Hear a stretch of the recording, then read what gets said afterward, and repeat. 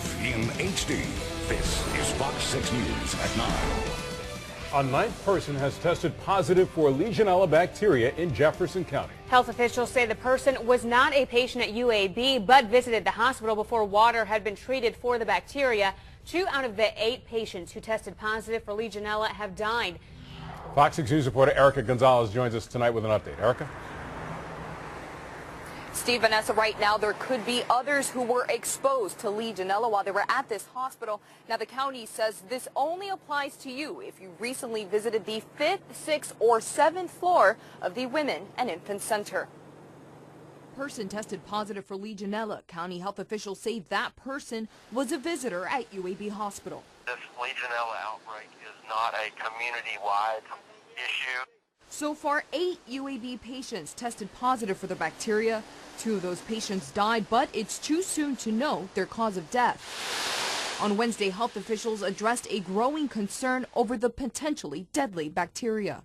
That person did have chronic lung disease, which is another risk factor that makes a person more vulnerable to this particular disease. It may not affect the general public, but Jefferson County Health Officer Dr Wilson says there are some people who may be at risk. Somebody has been in a location where they might have been exposed. That would be the 5th, 6th, or 7th floor of the Women and Infant Center.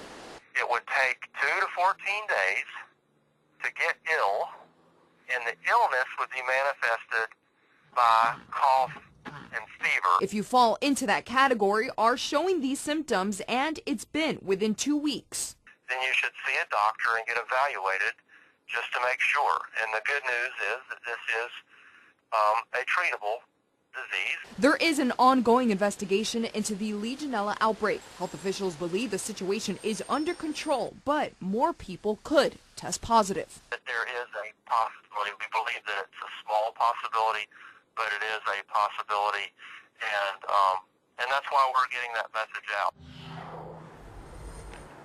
Now, I did speak with a UAB doctor this afternoon, and he says they have thoroughly treated the water, and they do feel they have this situation under control. And I'll have more information on what the hospital is doing to prevent this from happening again tonight on Fox 6 News at 10.